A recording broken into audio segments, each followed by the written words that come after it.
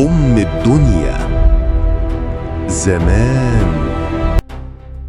رمسيس الثاني أو رمسيس الأكبر، الفرعون اللي عاش أكتر من 3000 سنة فاتوا ولسه اسمه منور زي ما يكون عايش النهاردة.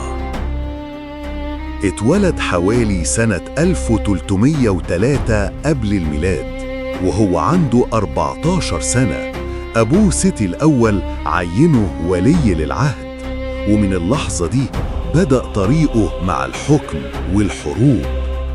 بعد وفاة والده وهو لسه في آخر سنين المراهقة، قعد رمسيس على العرش، واللي محدش كان متخيله وقتها إنه هيحكم مصر أكتر من 67 سنة.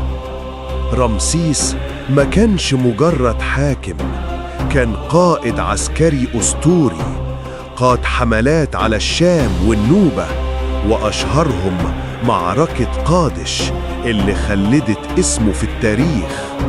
وبعد سنين من القتال، رمسيس كتب مع الحيثيين أقدم معاهدة سلام في التاريخ، حاجة تثبت إن كان عنده حكمة زي ما كان عنده قوة. رمسيس اتجوز كتير، من بينهم الملكة نفرتاري اللي بنالها معبد مخصوص، وخلف عشرات الأولاد والبنات، حتى إنه جوز بعض بناته. رمسيس كان أعظم باني في التاريخ المصري، من أبو سمبل للرمسيميوم، ومن الأقصر لبر عمسيس، آثار ضخمة بتتكلم عن عظمته لحد النهاردة.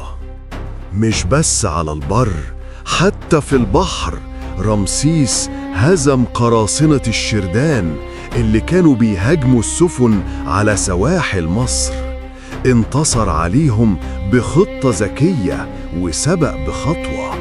رمسيس عاش حوالي 90 سنة، ولما مات اندفن في وادي الملوك. مومياؤه اتنقلت واتعرضت بعد كده في متحف الحضارة المصري.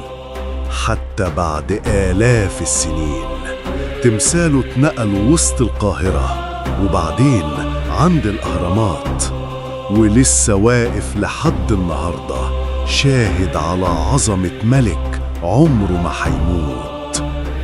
قولولنا في الكومنتات ايه اكتر حاجة شايفينها مبهرة في حكاية رمسيس الثاني، وما تنسوش لايك واشتراك للصفحة وشير.